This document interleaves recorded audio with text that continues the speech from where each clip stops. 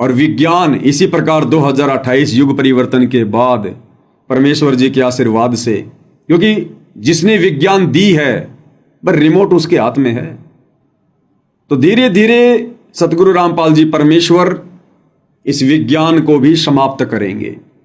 पूर्णतया समाप्त नहीं करेंगे, वैसे तो हजारों साल चलेगी विज्ञान, लेकिन ये सीमित हो जाएगी। सीमित जितनी हमारे काम की है, जितनी हमारी मतलब की है, बस उतनी ही परमात्मा रखेगा इसको। बाकी ये जितनी भी फैक्ट्रियां हैं, बड़े बड़े कारखाने हैं, ये सब समाप्त कर दिए जाएंगे, सब।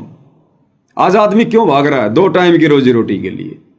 आधा सा बिहार बेचारा बंबई में पड़ा है, पंजाब में, हरियाणा में लोगों की जीरी में पानी दे रहे हैं, खेतों में काम कर रहे हैं, दिल्ली में रिक्शा चला रहे हैं, सिर्फ 2 टाइम की रोटी के लिए। और जब भक्ति करेंगे परमात्मा की, सत भक्ति, शास्त्र अनुकूल भक्ति, तो ये परमात्मा 2 टाइम की रोटी का तो झंझट ही समाप्त कर देगा। और ये ज्ञान ऐसा है, इस ज्ञान की प्राप्ति के बाद, ये ज्ञान समझ में आने के बाद इंसान धीरे धीरे खुद ही इन भौतिक सांसारिक इच्छाओं से पीछे हटना शुरू कर देगा। वापस से मटके में पानी शुरू कर देगा इंसान पीना 2028 के बाद। मटके में फ्रिज के पानी को जहर समझेगा, जहर, कि क्यों पैसा बर्बाद करूं 20-30 हजार रुपए का फ्रिज लाके। इंसान वापस से मटके का पानी पीना शुरू कर देगा। क्यों लाऊं मैं 10,000 के जूते, क्यों लाऊं मैं 12,000 के जूते? क्या मतलब है? किसको दिखाना? कौन देखता है मेरे पैरों की तरफ? और देख लेगा तो मेरा क्या भला हो जाएगा? मेरी तो जेब हो गई ठंडी। नॉर्मल चप्पल जूते, नॉर्मल दिखावा समाप्त हो जाएगा, ये मान बढ़ाई समाप्त हो जाएगी। कबीर सागर के सरलार्थ में पूज्य गुरुदेव ने स्पष्ट लिख रखा, आने वाले समय में फिर क्या होगा। गुरुदेव कह रहे हैं उस आने वाले समय में, युग परिवर्तन के बाद, इस यथार्थ 13वें कबीर पंथ से जुड़ने के बाद, जो आत्माएं, जो भगत बड़े बड़े मकान बनाएंगे, नाम लेने के बाद जो बड़े बड़े मकान बनाएंगे, कोठियां बनाएंगे, ये टाइल मार्बल चिप्स लगाएंगे, परमात्मा कहते हैं वो मूर्ख समझे जाएंगे। मूर्ख भगत समाज में उनको मूर्ख की श्रेणी में रखा जाएगा। गांव में पहले की तरह छोटे छोटे लघु उद्योग शुरू हो जाएंगे, कुटीर उद्योग शुरू हो जाएंगे, कुम्हार वापस मटके बनाना शुरू करेगा, किसान वापस अच्छे से यूरिया रहित, पेस्टिसाइड रहित खेती शुरू करेगा। कोई कीटनाशक नहीं छिड़का जाएगा, कोई यूरिया नहीं डाला जाएगा। धरती को जहर बना दिया हम लोगों ने, दुनिया की देखा देखी, भौतिक इच्छाओं की पूर्ति के लिए। हम भी जहर खा रहे हैं, दुनिया को भी जहर खिला रहे हैं, घर घर में कैंसर के रोगी हो रहे हैं। पंजाब में तो माताओं का दूध भी जहर बन चुका है, दूध भी जहर। पंजाब में तो इस कदर यूरिया डाला जाता है जमीन से पैदावार लेने के लिए, केवल पेट भरने के लिए नहीं, गाड़ी लाने के लिए, मकान बनाने के लिए, लड़के को विदेश भेजने के लिए, शादी में 50 लाख रुपए लगाने पड़ेंगे। फसल पे फसल, फसल पे फसल। जहां 1 किलो यूरिया की जरूरत है वहां 5-5 किलो यूरिया ठोक रहे हैं, पेस्टिसाइड्स पे पेस्टिसाइड्स। पंजाब की धरती तो जहर बन चुकी है, इतना पाप बढ़ चुका है। और तभी देखो ये बाढ़ आ रही है, आपदाएं आ रही हैं। पंजाब से स्पेशल चलती है एक ट्रेन बीकानेर के लिए, राजस्थान के बीकानेर के लिए, उसको बोलते हैं कैंसर ट्रेन। उस ट्रेन में केवल पंजाब से कैंसर के मरीज ही जाते हैं बीकानेर में इलाज करवाने के लिए। कैंसर पंजाब के हर घर में है, हर घर में पहुंच चुका है। माता बहनों का दूध भी जहर बन चुका है, दूध भी यानी पूतना बन चुकी है, पूतना। जैसे पूतना ने अपना जहरीला दूध श्री कृष्ण जी को पिलाना चाहा, आज पंजाब में घर घर में माता बहनें पूतना बन चुकी हैं, यूरिया खा खा के, ये यूरिया युक्त ये अनाज साग सब्जियां खा खा के। तो ये भागादौड़ मिटेगी परमेश्वर रामपाल जी की शरण में आने के बाद में। ये परमात्मा बिना यूरिया, बिना कीटनाशक के इतनी अच्छी फसल देगा, क्योंकि दोबारा से पशुधन शुरू हो जाएगा। लोग गाय भैंसे रखेंगे, बढ़िया दूध खाएंगे। आज तो दूध बेचो, घी बेचो, सिर्फ पैसे कमाने के लिए। आज से 40 साल पहले, 30 साल पहले जब हम छोटे छोटे थे, दूध बेचना पाप समझा जाता था, पाप। अगर कोई किसी को पैसे में दूध देता था तो ये कहते थे कि ये बड़ा नीच आदमी है, बड़ा हरामी आदमी, ये देखो दूध को भी ये पैसों में बेच रहा है। किसी के घर में ब्याह शादी होती थी, पैसे नहीं लेते थे, एक दिन पहले बोल दिया जाता था भाई कल हमारे फंक्शन है, शादी है, फलाना है। सब लोग अपनी भैंस गाय का दूध निकाल निकाल के बाल्टी भर के रखते थे और उसको फ्री में दे दिया करते थे। छाछ, सुबह सुबह जिनके घरों में भैंस नहीं होती थी और जिनके यहां पर छाछ होती थी, ले लेके डोली आ जाते थे सुबह। जब हम छोटे छोटे थे ना, जब हम देखा करते थे, गांव की अन्य औरतें ले लेके अपने पात्र और छाछ लेने के लिए आ जाया करती थी और सभी को छाछ डाला करते थे, किसी को 2 गिलास, किसी को 3 गिलास। इतना बढ़िया प्यार प्रेम था, इतना बढ़िया माहौल था। और छाछ उसके बाद यदि बच जाती थी तो बकरी को पिलाया करते थे, बकरी को, भैंस को वापस छाछ पिला दिया करते थे, लेकिन छाछ भी नहीं बेचा करते थे। और आज आधा किलो छाछ का पैकेट 20 रुपए का आ रहा है, आधा किलो छाछ 20 रुपए की। और वो भी कौन सी छाछ, 10 दिन तो वो खराब नहीं होती। अब सोचो क्या छाछ है वो। तो इंसान की इतनी वृत्ति क्यों गिर गई भाई और बहनों? भौतिक इच्छाओं की पूर्ति के लिए। क्यों? क्योंकि कोई गुरु नहीं मिला, कोई सच्चा ज्ञान देने वाला नहीं मिला, कोई तत्वदर्शी संत नहीं मिला। ये जितने भी आचार्य, शंकराचार्य, मंडलेश्वर मिले, ये कथावाचक मिले, इन्होंने केवल अपना पेट भरने से मतलब था। इनके पास ना तो कोई शास्त्र अनुकूल सत भक्ति है, ना इनके पास में कोई सत्य ज्ञान है जिससे लोगों के विचार ये बदल सकते। इनके खुद के विचार बिगड़े हुए। हमें तो सिर्फ नहा धो के बढ़िया पीले कपड़े पहन के चंदन का तिलक लगा के ऐसे दिखाई देते थे, बस इससे बड़ा शुद्ध कोई है ही नहीं। और इनका सबसे नीचे गिरा हुआ आचरण, सबसे अशुद्ध। तो इनके शब्दों में शक्ति नहीं थी, इनके पास आध्यात्मिक सत ज्ञान नहीं था, सत भक्ति के मंत्र नहीं थे, तो लोगों पर कोई असर नहीं हुआ।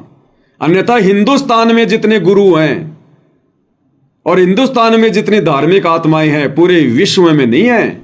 और उसके बावजूद भी घर घर का बेड़ा गर्क हो रहा, घर घर का बेड़ा गर्क। क्यों?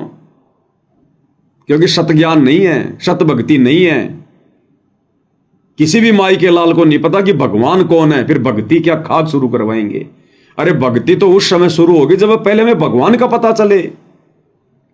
तो हमारे को तो 33 करोड़ देवी देवता पुजवा रखे हैं, ब्रह्मा विष्णु महेश, ये 3 भगवान बता रखे हैं। अरे आत्मा एक है, उसका परमात्मा भी एक ही होता है, लेकिन इनको नहीं पता था।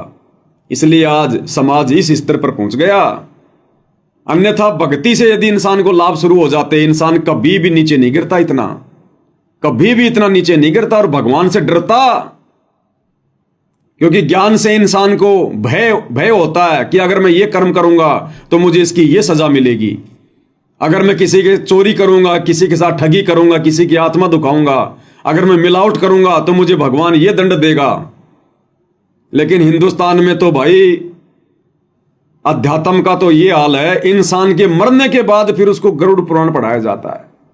मरने के बाद फिर गरुड़ पुराण की वो कथा की जाती है। अरे वो जीते जी सुनानी थी उसको, ताकि वो गलतियां करने से बच जाता। अब मरने के बाद में वो तो गधा बन के घूम रहा कहीं, और पीछे से घरवाले जो है वो गरुड़ पुराण की कथा करवा रहे हैं। अबे ये बातें उसको पहले सुनानी थी जीवित को, ताकि वो गलतियां करने से बचता, भगवान से डरता।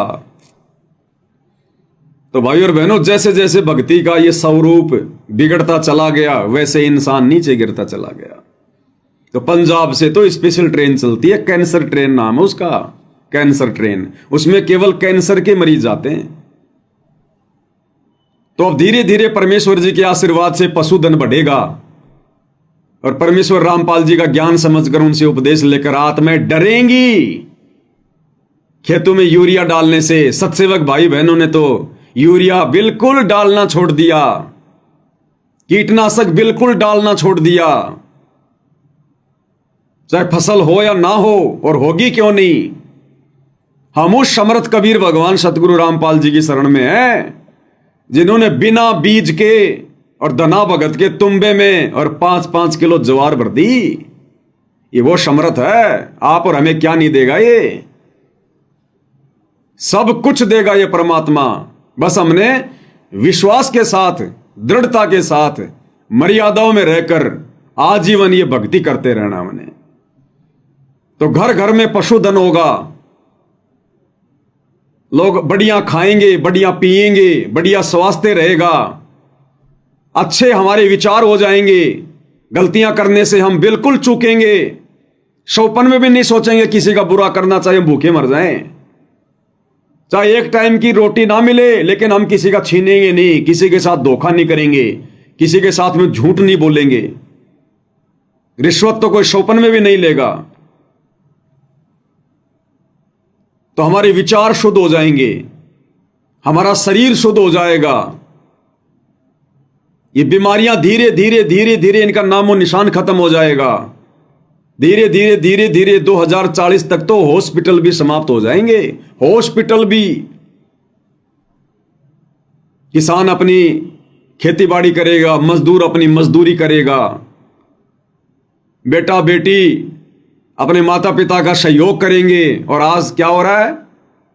माता पिता बोल बोल के मर जाते हैं, जुबान में छाले पड़ जाते हैं, लेकिन बेटा बेटी का मोबाइल से ध्यान नहीं हटता। इंस्टाग्राम पर, ट्विटर पर पता नहीं क्या क्या चैटिंग फैटिंग में लगे रहते हैं, 24 घंटे अपने दिमाग में जहर घोलते रहते हैं इश्कबाजी के चक्कर में। तो जब माता पिता सुधरेंगे तो उनके बच्चे भी सुधरेंगे। जब एक परिवार सुधरेगा तो पूरा गांव सुधरेगा, गांव सुधरेगा तो एक नगर सुधरेगा, ऐसे ये पूरा देश सुधरेगा, पूरा विश्व सुधरेगा।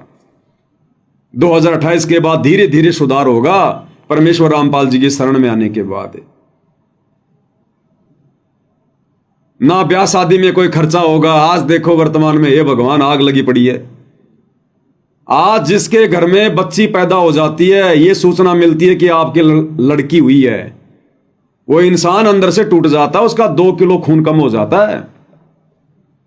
नादानी के कारण, अज्ञानता के चलते, क्योंकि समाज में जो परंपराएं आप और हम लोगों ने बिना आध्यात्मिक ज्ञान के जो बना रखी है ना, अपने पैर पे हमने खुद ही कुल्हाड़ी मार रखी है। हमने लड़की को केवल इसलिए जो है अपना बोझ मान रखा है, इन सामाजिक उल्टी परंपराओं के चलते, कि लड़की की शादी में दहेज देना पड़ेगा, गाड़ी देनी पड़ेगी, कम से कम 15-20 लाख रुपए का खर्चा होगा, इतनी बारात आएगी, इतने गहने बनवाने पड़ेंगे, इतने कपड़े सिलवाने पड़ेंगे। केवल इस व्यर्थ की परंपरा के चलते हमने लड़की को बोझ मान लिया।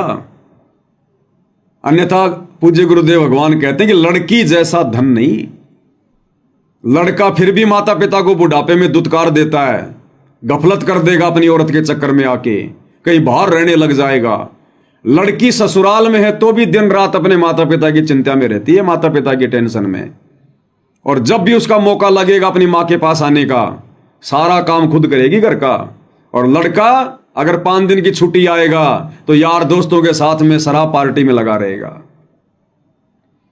तो अब परमेश्वर रामपाल जी ने ऐसी शुरुआत कर दी है शादी विवाह की, 1 रुपए का लेन देन नहीं, 1 रुपए का भी।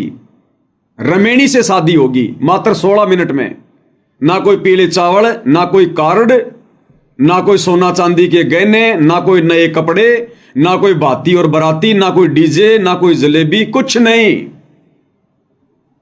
भगत भाइयों के आपस में रमेणियां। हाँ भाई आपने उपदेश ले रखा है, हाँ भाई ले रखा है, कौन सा नाम मिला हुआ है, ये मिला हुआ है, कब से जुड़े हो, अब से जुड़े हुए हैं। 1-2 भगत संपर्क में आएंगे, हाँ जी बहुत अच्छा भगत है, कोई दिक्कत नहीं भगत जी, बढ़िया भक्ति कर रहा, मालिक की दया है। उसी समय तुरंत उनके रिश्ते जुड़ जाएंगे और अगले 8-10 दिनों के अंदर अंदर लड़की के घर पे या लड़के के घर पे कोई बाउंडेशन नहीं है कि लड़का ही जाएगा रमेणी करने, शादी करने। नहीं, परमेश्वर रामपाल जी के मार्ग में ऐसा नहीं है। ना कोई टेंट, ना कोई तंबू, ना कोई भाती बराती, ना कोई डीजे, ना कोई दुनियादारी। 5 आदमी लड़की वाले की तरफ से यानी उसके परिवार के मेंबर, और लड़के वाले के परिवार के मेंबर, वो चाहे 10 हो, चाहे 5 हो, चाहे 15 हो। कोई रिश्तेदार नहीं बुलाने, कोई बुआ भतीजा नहीं बुलाना, कोई फूफा जीजा साला नहीं बुलाना, कुछ नहीं। और प्रतिदिन हम जो दोपहर की आरती करते हैं, बस उस आरती में दोनों बच्चों को बैठा दिया जाता है, परमात्मा जी की वाणी चलती है, या भगत भाई अपने हाथों में भक्ति बोध लेके पाठ करते हैं। मात्र 16 मिनट में परमेश्वर जी के वचन से वो दोनों बच्चे एक दूसरे के हो जाते हैं। और जो कपड़े वो बहन बेटी, वो भाई जो प्रतिदिन पहनता है, वही कपड़े रमेणी में बैठेंगे। वो अलग से कपड़े सिलवाने की जरूरत नहीं है बिल्कुल भी, अगर नहीं है तो सिलवा लो। लेकिन ये दुनिया वालों की तरह कोट पैंट वगैरह, शेरवानी, महंगे महंगे दुल्हन के कपड़े, जोड़े, ये कुछ नहीं, सिंपल कपड़े। 1 रुपए का खर्चा नहीं, 1 रुपए का खर्चा। बताओ फिर बेटी बोझ कैसे बनेगी भाई? फिर बेटी बोझ कैसे बनेगी? फिर परमेश्वर रामपाल जी के भगत, इस परमेश्वर के ज्ञान से परिचित आत्माएं आने वाले समय में, उल्टा जिस घर में बेटी होगी वो बहुत ज्यादा प्रसन्न होगा। हालांकि लड़का होगा तो दुखी नहीं होगा, लेकिन लड़की से ज्यादा प्रसन्न होगा। एकदम उल्टा हो जाएगा। जैसे आज लड़का होता है तो डीजे बजते हैं, लड़की हो जाती है तो लोग मायूस हो जाते हैं। तो यह समय आएगा भाई और बहनों, गांव गांव में छोटे छोटे उद्योग हो जाएंगे, लोग अपने हाथों से कार्य किया करेंगे। ये रेडीमेड की फैक्ट्रियां, जींस विंस, टी शर्ट फी शर्ट सब बंद हो जाएंगी। ये आजकल ये लड़कियों के क्या क्या छोटे छोटे कपड़े, टाइटी फाइटी, लेगिंग फैंगिंग, तरह तरह के, पता नहीं ऐसे ड्रामेबाजी, नट फेरने जैसे, ऊपर नीचे के पहनने के, उनका ऊपर तक उनका यहां तक दिखाई दे रहा है नीचे, और उसको सब फैशन फैशन, लेटेस्ट डिजाइन। और दुनिया भर के लोगों की उनकी पेट पे, उनके कमर पे कौवे की तरह नजर रहती है, और वो फैशन में घूम रहे हैं। खुद के कर्म बिगड़ रहे, दूसरों के कर्म बिगाड़ रहे। तो फिर से माता बहनें भाई सब पूरे कपड़े पहनेंगे, उसी प्रकार से पैंट शर्ट ढीले ढीले या फिर कुर्ते पायजामे ढीले ढीले। माता बहनें ऊपर से नीचे तक पूरे कपड़े पहनेंगी। बाजू भी नहीं दिखाई देगी आने वाले समय में आपको, माता बहनों की बाजू भी। आज जैसे ब्लाउज वगैरह पहनती हैं टाइट वाइट, आपको बाजू भी दिखाई नहीं देगी। कोहनी से नीचे तक की बाजुएं होंगी, ढीले ढीले कपड़े। सर पे चुन्नी होगी हर किसी के। वो समय आएगा तब ये समाज सुधरेगा, और वो समय आएगा तभी ये भक्ति का माहौल आएगा। वर्तमान माहौल में यदि हम भाई बहन मर्यादाओं में रह के भक्ति कर रहे हैं, इन सब बकवादों से बचकर, बहुत बड़ी महानता है ये, बहुत बड़ी महानता। ये गुरुदेव भगवान के विशेष आशीर्वाद के बिना संभव नहीं है। तो सोचो यदि वर्तमान में हम परमेश्वर के आशीर्वाद से इतनी बढ़िया भक्ति कर रहे हैं, तो 2028 के बाद जब धीरे धीरे धीरे धीरे समाज सुधरेगा और वो समय आएगा, तब क्या होगा? हमारी सुरती नहीं हटेगी परमात्मा के सुमरण से। सुरती कोई डिस्टर्ब करने वाला नहीं। अब जरा सा सुमरण करने के लिए बैठते हैं, पीछे से कोई गाड़ी हॉर्न मार देगी, किसी का मोबाइल तिल्ली लिल्ली तिल्ली लिल्ली तिल्ली लिल्ली, हेलो हाँ मामा जी आ गया आ गया, 2 मिनट में ध्यान हट जाएगा। रसोई में दुनिया भर के बर्तन भांडे भरे पड़े हैं, एक चम्मच उतारने का प्रयास करेंगे 10 बर्तन साथ में गिरेंगे। सुमरण करने बैठे, इतने में दरवाजा खटखटाएगा, घंटी बजेगी। अरे भैया तुम्हारा बिजली का बिल बाकी है, अरे भैया तुम्हारा एसी का बिल बाकी है, अरे भैया तुम्हारा पानी का बिल बाकी है। ये सब सिस्टम समाप्त है। बहुत साधारण जीवन जिया करेंगे भाई बहन, बहुत साधारण जीवन, कोई डिस्टर्ब करने वाला नहीं होगा। जनसंख्या तो वैसे छट जाएगी, और जो बचेंगे वो धार्मिक आत्माएं। तो धार्मिक आत्मा तो शौपन में भी किसी को कष्ट नहीं देंगी, बड़ा मीठा बोलेंगे, प्यार से बोलेंगे, आधीनी से बोलेंगे। आज घर घर में लड़ाई झगड़े, घर घर में कोई लड़ाई झगड़ा नहीं होगा, सबको पता चल जाएगा क्या लाए थे, क्या लेके जाएंगे। और अगर किसी की आत्मा दुखाई तो गुरुजी नाराज होंगे, सत्यानाश हो जाएगा अपना। तो अगर गलती से बेटा बेटी ने माता पिता को कुछ उल्टा भी बोल दिया, 2 दिन तक उसका बुखार नहीं उतरेगा। इतना टेंशन में रहेगा वो कि मैंने इसकी आत्मा दुखा दी, ये भगवान मैंने क्या कर दिया। इतना डरा करेंगे भगवान से इस ज्ञान होने के बाद में, परमेश्वर रामपाल जी की शरण में आने के बाद में। और आज हम लोग सोशल मीडिया पर देख रहे हैं, लोग अपने मां बाप के मरने का इंतजार करते हैं कि कब इनकी टिकट कटे और कब ये मकान मेरे नाम हो, कब ये प्रॉपर्टी मेरे नाम हो। कई बार तो सोशल मीडिया पे वीडियो आते हैं मरने के बाद भी, और कागजों पे मरे मरे के भी अंगूठे लगवाए जाते हैं, मरे मरे के भी अंगूठे। ये हालत हो गई आज इंसान की। अब सोचो भाई और बहनों, अगर ये परमेश्वर रामपाल जी भगवान हम पे दया ना करते, और अगर ये परमात्मा इस घोर कलयुग में ना आते इस धरती पर, अगर ये परमात्मा अगर 20 साल भी लेट हो जाते भाई और बहनों, 20 साल भी, तो यहां का माहौल इतना बिगड़ जाता, इतना गंदा माहौल हो जाता यहां का, भक्ति नाम की तो कोई चीज रहती नहीं यहां पर। तो परमेश्वर ने कितनी बड़ी दया बख्शी है। तो अब परमात्मा इस शिक्षा रूपी जहर को और ये विज्ञान रूपी जहर को परमात्मा धीरे धीरे समाप्त कर देगा। ये लोगों ने जो पूरे विश्व के विनाश का सामान तैयार कर रखा है, वैज्ञानिकों ने, परमाणु बम, एटम बम, ये ज्यादातर तो भाई और बहनों इस आगामी विनाश काल के समय में फट लेंगे। क्योंकि विनाश कैसे होगा? इन्हीं चीजों से होगा। तो ज्यादातर तो ये आपस में फट लेंगे। भाई ये परमाणु बम, एटम बम कोई ब्याह शादी में आतिशबाजी के लिए तो बनाए नहीं, एक दूसरे को मारने के लिए बनाए, तो मरेंगे ये। और थोड़े बहुत जो बचेंगे उनको वैसे नष्ट करवा दिया जाएगा, या फिर उनका सदुपयोग किया जाएगा। उस परमाणु का प्रयोग जो है वो बिजली बनाने में, ऊर्जा प्राप्त करने में किया जाएगा, जो लोगों के विनाश के लिए इन्होंने बना बना के छुपा रखे हैं। और परमेश्वर रामपाल जी ने यहां तक कह रखा भविष्यवाणियां दिखा दिखा के कि पूरा विश्व एक हो जाएगा, पूरा विश्व एक। आज हर देश के बॉर्डर पर सैनिक खड़े हैं, बंदूक ले लेके, राइफल तान तान के, और दिखाई दे गया कोई भी तुरंत मार देते हैं।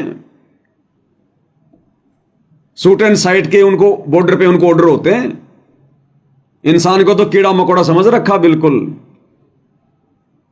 तो परमेश्वर रामपाल जी ने कहा कि आने वाले समय में 2028 के बाद में जो नास्तिक आत्मा, अधर्मी और पापी प्राणी जिनका खात्मा हो जाएगा, प्राकृतिक आपदाओं में, युद्ध में, महामारियों में, भूकंप में, बाढ़ में, उसके बाद पूरे देश, पूरे विश्व की ये जितने भी देश हैं और जितने भी बॉर्डर हैं वहां से सैनिक हटा दिए जाएंगे।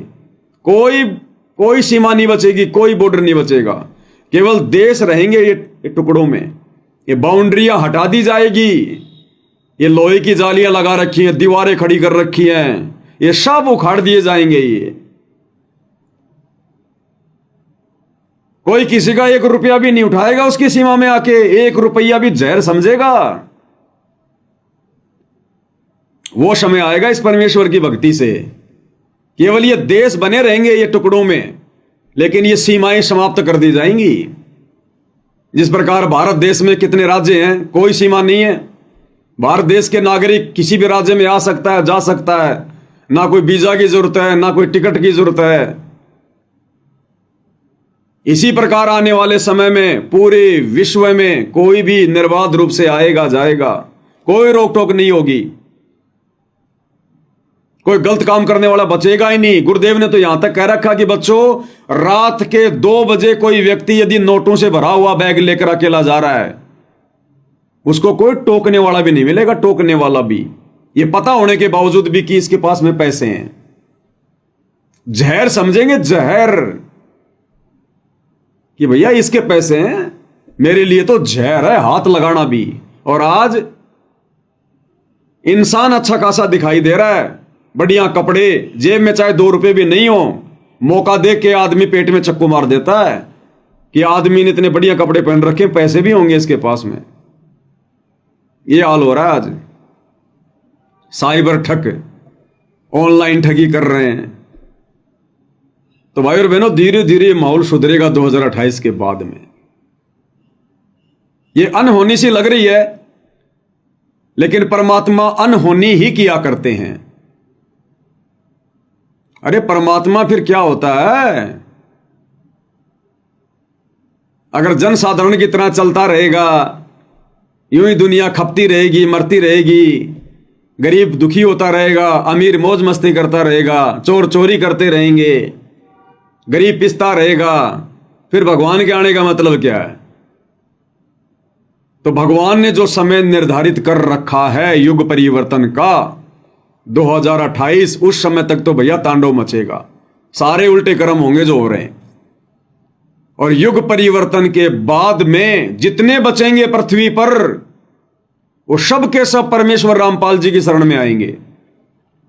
क्या अमेरिका, क्या चीन, क्या जापान, क्या लंदन, सब के सब परमेश्वर रामपाल जी की शरण में आएंगे।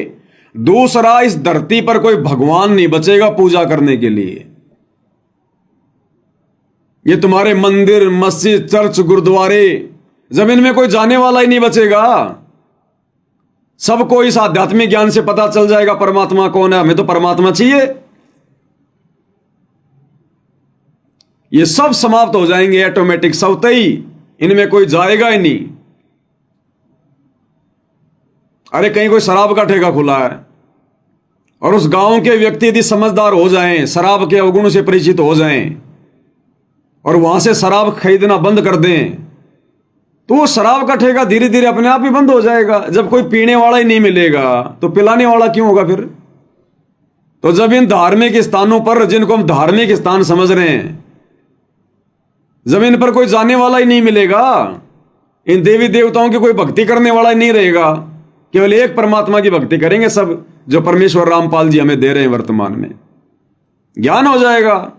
ये स्वतः धीरे धीरे धीरे धीरे खंडरों में तब्दील हो जाएंगे, खंडरों में।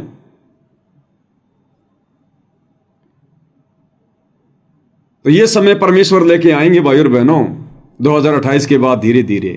तो वर्तमान में हम लोगों ने संयम रखना है। इस भागादौड़ वाली वर्तमान की काल प्रेरित दुनिया को देखकर हमने मन में दोष पैदा नहीं करना। आने वाले समय में यदि किसी की इज्जत होगी तो परमेश्वर रामपाल जी के भक्तों की होगी। गरीब इंसान की इज्जत होगी। गरीब को, निर्धन को बहुत ही महान व्यक्ति माना जाएगा, क्योंकि भक्ति उसी की सफल होगी जो साधारण जीवन जिएगा। और ऐसी आत्माओं को सब सम्मान की दृष्टि से देखा करेंगे। साधारण से मकान बना के रहेंगे, कच्चे मकान। जबरदस्ती का बखंडर शुरू नहीं करेंगे, कोई भी डरेंगे। आत्मा ही गवाही नहीं देगी, आत्मा ही गवाह नहीं देगी। अगर जरा भी दिखावा कर दिया, जरा भी आवश्यकता से ज्यादा पैसा लगा दिया, अंदर से कलेजा धक धक करेगा कि भगवान मेरी मर्यादा तो नहीं टूट गई, मेरी मर्यादा तो नहीं टूट गई। उस मकान में रहने की इच्छा नहीं करेगी तुम्हारी। उस मकान में तुम्हें जहर दिखाई देगा, वो मकान जिसमें मार्बल, चिप्स, टाइल वगैरह लगी होंगी। तुम सोचोगे भगवान मैं तो साधारण से मकान में रहूंगा। अपनी ईंटों की दीवार खींच लेंगे, ऊपर अपनी झोपड़ी डाल लो या अपना कोई लेंटर डाल लो, उसके प्लास्टर भी नहीं करवाएंगे भाई बहन, प्लास्टर भी। आप नहीं देखा करते थे आज से 30-40 साल पहले, प्लास्टर भी नहीं करवाया करते थे, और नीचे खाली सीमेंट का आंगना होता था, सीमेंट का, कोई टाइल मार्बल फार्बल नहीं। ये तो अब लग गई आग फालतू में दिखावे के लिए कि लोग क्या कहेंगे, घर में शादी है, रिश्तेदार आएंगे, क्या कहेंगे। तुम्हारी इतनी भी औकात नहीं है कि तुम इस पे टाइल लगवा सको, मार्बल लगवा सको। तो बिना आध्यात्मिक ज्ञान के आदमी लोकलाज में जीता है, मान बढ़ाई में जीता है, अहंकार में जीता है, दिखावा चाहता है। और जब हमें आध्यात्मिक ज्ञान हो जाएगा, गुरुदेव की शरण में आकर हमारे अंदर से लोकलाज समाप्त हो जाएगी। दुनिया को क्या दिखाना? अगर मैं टाइल लगवाऊंगा तो पैसा मेरा पड़ोसी देगा क्या? मेरा रिश्तेदार देगा क्या? तो कर्जा मैं क्यों सिर पे करूं? कल को किस्त भरूंगा भक्ति क्या मैं खाक करूंगा 24 घंटे, तो किस्त दिमाग में रहेगी, ये भगवान मेरी किस्त आने वाली है, किस्त आने वाली है। दिन में इतनी बार नाम सुमरण नहीं करेगा जितनी बार वो किस्त उसको याद आएगी। तो कौन लेगा ऐसे आफत मोल? और 2028 के बाद में ये लोगों के बड़े बड़े मकान, बड़ी बड़ी बिल्डिंगें, बड़े बड़े होटल, बड़े बड़े शोरूम, जिनमें लोगों ने करोड़ों रुपए लगा रखे हैं, इनमें कबूतर अंडे देंगे, कबूतर। ये खाली पड़े रहेंगे, भगत तो इनकी तरफ थूकेंगे भी नहीं। जब जनसंख्या कम होगी, इनको बनाने वाले भी चले जाएंगे, रहने वाले भी चले जाएंगे, जो भक्ति नहीं चाहेंगे। इनमें कबूतर अंडे देंगे, ये खंडर होके गिरेंगे धीरे धीरे। भक्तों की तो इच्छा ही नहीं करेगी उनमें रहने की, क्यों घुटने तोड़ूं मैं जो है 4थे फ्लोर पे। और जहर दिखाई देंगे ये सुंदर सुंदर मकान, जहर। साधारण से मकान अपने खेत में बना के या जहां भी जो रह रहा है, ये शहरों से दुनिया भाग जाएगी वापस। गांव में जमीन खाली पड़ी रहेगी। अगर किसी भगत के जमीन नहीं है तो टेंशन लेने की जरूरत नहीं है, खरीदने की जरूरत नहीं है, मिट्टी को कोई नहीं खरीदेगा। ये दुनिया भर के लोग ले लेके फार्म हाउस पड़े हैं, ले लेके जमीन 10-10 एकड़ 50-50 किल्ला लेके पड़े हैं ना, जो आज अपने आप को जमींदार कह रहे हैं बिना भक्ति के। ये जमीन से उठा लिए जाएंगे काल के द्वारा, इनकी जमीनें खाली पड़ी रहेंगी। और उस जमीन को भी हम अपने गुरुदेव से आज्ञा लेकर, और जब गुरुदेव भगवान कहेंगे कि बेटा ठीक है, वो जमीन का टुकड़ा तू तेरे काम में ले ले, अपनी भक्ति कर और अपना पालन पोषण कर, बस उतना ही जितनी आवश्यकता होगी। बाकी खाली पड़ी रहेगी तो पड़ी रहेगी, हमें कोई लेना देना नहीं है, कोई लेना देना नहीं है। उतना ही पैदा करेंगे जितने से हमारा पेट भर जाए बस, और भक्ति हो जाए परमात्मा की। ज्यादा समय भक्ति, थोड़ा समय काम। और गुरुदेव भगवान कह रहे हैं बच्चों, फिर उस समय तुम्हारे लिए परमात्मा शतलोक से भेजेगा, शतलोक से।